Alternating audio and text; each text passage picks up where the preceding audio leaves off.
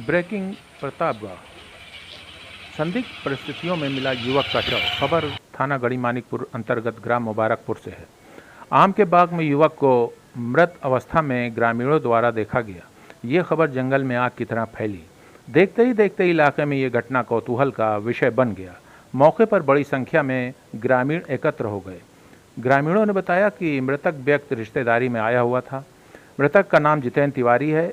उनके पिताजी दीनानाथ तिवारी निवासी करेंटी ने बताया कि मृतक जितेंद्र झांसी में एक एक्सप्रेसवे निर्माण कंपनी में 20 वर्षों से कार्यरत था।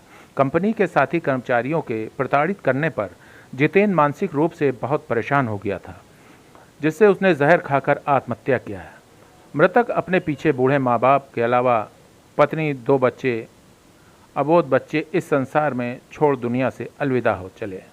मौके पर एसआई प्रदीप मौर्य के नेतृत्व में पहुंची मानिकपुर पुलिस ने शव को कब्जे में लेकर आगे की कार्रवाई और जांच प्रारंभ कर दिया है। एसबी न्यूज़ लाइव से शहबाज खान के साथ सचिन श्रीवास्तव की खास रिपोर्ट। आपका नाम क्या है चाचा? सर मेरा नाम दीनानाथ तिवारी है जी। कहाँ के रहने वाले हैं आप? मैं करेंटी तरी गांव का रहने वाला हूँ। अच्छा, क्या मामला क्या है? आपके बच्चे को सुनने में आया है कि कहाँ पे काम कर रहा था? झांसी में हरियाणा की एक रोड ट्रांसमिशन कंपनी का ठेका था बुंदेलखंड एक्सप्रेस हाईवे बनाने का जी। उसका काम हो चुका है। प्रधानमंत्री जी उसका लोकार्पण कर चुके हैं। वो कंपनी अपना सामान क्लोज कर रही थी। उसको जाना था कहीं। हमारा लड़का वहीं काम कर रहा था। उसको वहाँ साथी कर्मचारियों ने बहुत टार्चर किया। उसको ब्लेम लगाया कि वो डीजल बेचा और सामान बेचा करोड़ों का। उसको बताया FIR दर्ज हो गई है, पुलिस पकड़ ले जाएगी, तुमको मार देगी। वो लोग भी उसको मारने के लिए योजना बनाए। इस वजह से वो काफ़ी मानसिक रूप से पजिल्ड हो गया। 24 तारीख को अगस्त में परसों वहाँ से किसी तरह वो चोरी से भाग निकला। वहाँ से भागने के बाद सुबह वो शाम को लगभग 5 बजे रायबरेली जिला के जगतपुर थाना के अंतर्गत पारी गांव अपने मौसिया मुन्ना मिश्रा जी के यहाँ पहुँचा। वो इतना डरा हुआ था कि उनके दरवाजे पर भी एक डॉक्टर आए दवा करने के लिए मिश्रा जी की गाय का। वो लाइट को उनको देखकर दहशत में आ गया कि शायद पुलिस वाले हमारे पीछे पड़े हैं, कंपनी वाले हमारे पीछे पड़े हैं, हमको पकड़ लेंगे, मार देंगे। वहाँ से भाग गया, कहीं झाड़ी में लुक गया वो। फिर वो लोग सूचना हमको यहाँ करेंटी घर में दिए कि आपका लड़का यहाँ आया हुआ था। वो डरा सा लग रहा था, पसीने में भीगा हुआ था। और उसके बाद वहाँ से यहाँ कैसे आया? वहाँ रहा किसी तरह, फिर वहाँ वापस आ गया। रात में वहाँ रहा, सुबह वहाँ से अपने मौसिया को बताया कि ये हालत हमारे साथ हुई है, हम मानसिक रूप से बिल्कुल वो हैं, डरे हुए हैं। तो यहाँ करेंटी में उसका घर है। कहाँ जाएं, क्या करें? फिर उन्होंने कहा ठीक है तुम अपने चाचा के पास इलाहाबाद चले जाओ, बाबा हैं बाबा।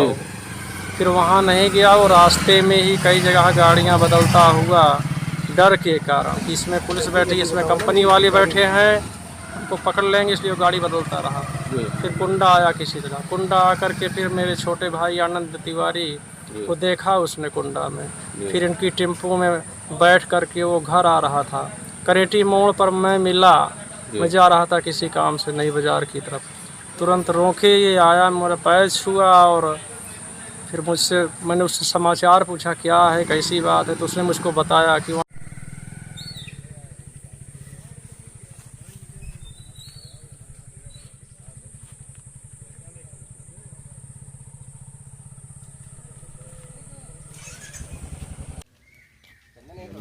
वीडियो भेज दिया आपको।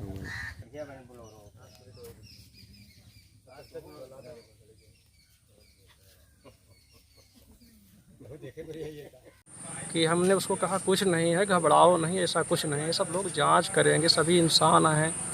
लेकिन फिर भाई के साथ हमारे बैठ के वो इधर आया। उसने कहा हमको कहीं रिश्तेदारी में छोड़ दिए, हम घर नहीं जाएंगे, क्योंकि घर पर लोकेशन पता चलेगी तो आके हमको पकड़ लेंगे रात में।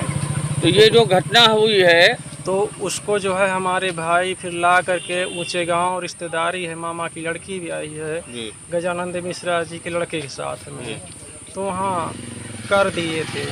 शाम को अंधेरा होते होते हमारे भाई फिर उसको आश्वस्त करके घर गए और वहाँ पर जो है फिर थोड़ी देर बाद लगभग आधा घंटा बाद हमको सूचना मिलती है कि वो लड़का जो है गायब हो गया है, क्योंकि ऊंचा गांव पहली बार वो गया था, अपरिचित था।